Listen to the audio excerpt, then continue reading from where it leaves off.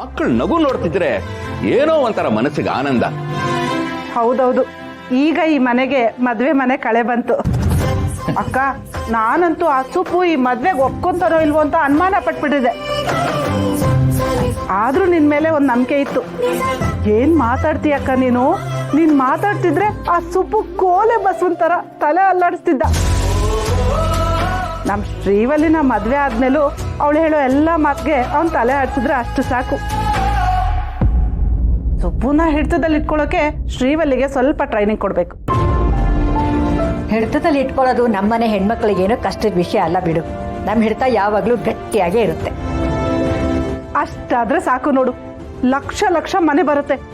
Tender, transfer, promotion ಅಂತ deal ಆಗೋ ಎಲ್ಲ ಫೈಲ್ಗಳು ಸುಬ್ಬು ಕಡೆಯಿಂದನೇ ಮೂವ್ ಆಗದಂತಕ್ಕ.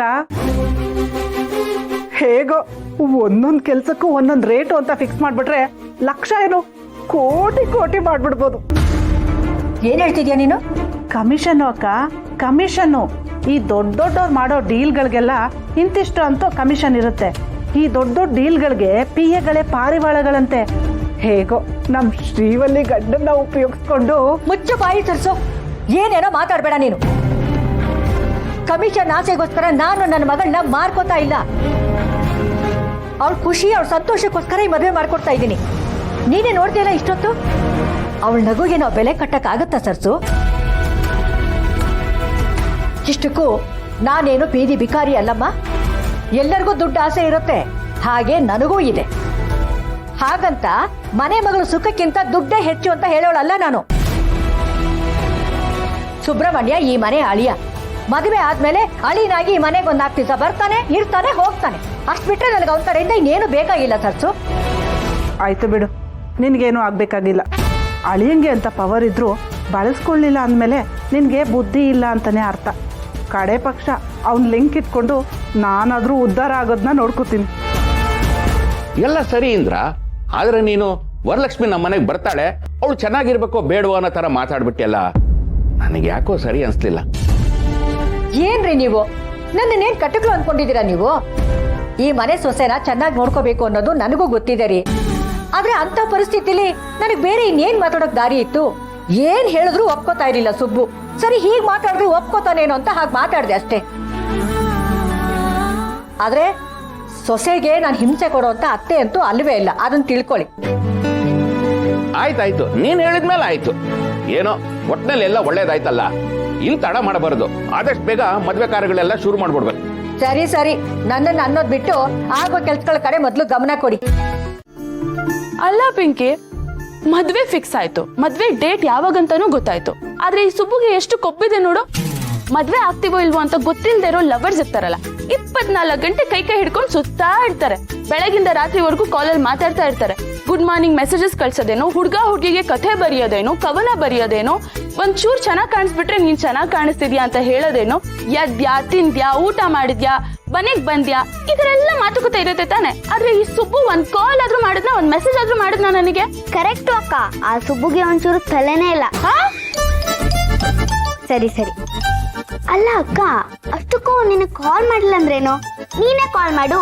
ಅವನೇನಾದ್ರೂ ನಿಂತಾರನೆ ನಿನ್ ಕಾಲಿಗೋಸ್ಕರ ವೇಟ್ ಮಾಡ್ತಿದ್ರೆ? ಹಾಗಂತ್ಯಾ? ಸರಿ, ಮಾಡ್ತೀನಿ.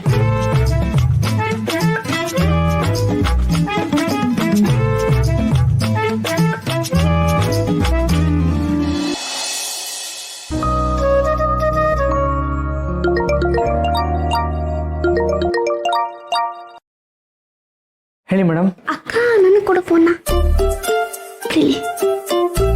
ಸುಬ್ಬು, ನಿನ್ಗೊಂಚೂರು ಜವಾಬ್ದಾರಿ ಇಲ್ವಾ? ಸೀರಿಯಸ್ನೆಸ್ ಇಲ್ವಾ? ಪಿಂಕಿ, ಏನಾಯ್ತು? ಏನಾಯ್ತು ಅಂತಿದ್ಯಲ್ಲ, ಇನ್ನೂ ಏನಾಗ್ಬೇಕು?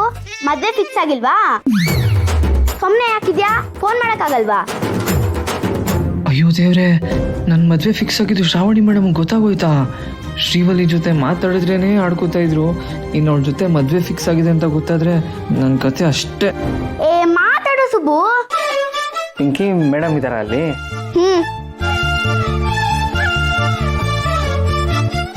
ಹೇಳು. ಸಾರಿ ಮೇಡಮ್, ಸಾರಿ. ಇದೆಲ್ಲ ಅನ್ಎಕ್ಸ್ಪೆಕ್ಟೆಡ್ ಆಗಾಯ್ತಲ್ಲ. ನಾನು ಇನ್ನು ಶಾಕಲ್ಲಿ ಇದ್ದೀನಿ, ಶಾಕಿಂದ ಹೊರಗಡೆನೆ ಬರಕ್ಕಾಗ್ತಾ ಇಲ್ಲ. ಅದಕ್ಕೆ ಏನ್ ಮಾಡ್ಬೇಕಂತ ಗೊತ್ತಾಗದೆ ಸುಮ್ಮನಾಗ್ಬಿಟ್ಟೆ. ಸಾರಿ ಅಯ್ಯೋ ನೀನ್ ಯಾಕೆ ಸಾರಿ ಕೇಳ್ತಿದ್ಯಾ ಸುಬ್ಬು? ಪರವಾಗಿಲ್ಲ ಬಿಡು, ನೀನ್ ಸಾರಿ ಕೇಳಿದ್ರೆ ನನ್ಗೆ ಬೇಜಾರಾಗುತ್ತೆ. ಇಷ್ಟು ಜೋರಾಗಿರೋ ನಾನೇ ಮದ್ವೆ ಫಿಕ್ಸ್ ಆಗಿರೋ ವಿಷಯ ಕೇಳಿ ಶಾಕ್ ಆಗ್ಬಿಟ್ಟೆ.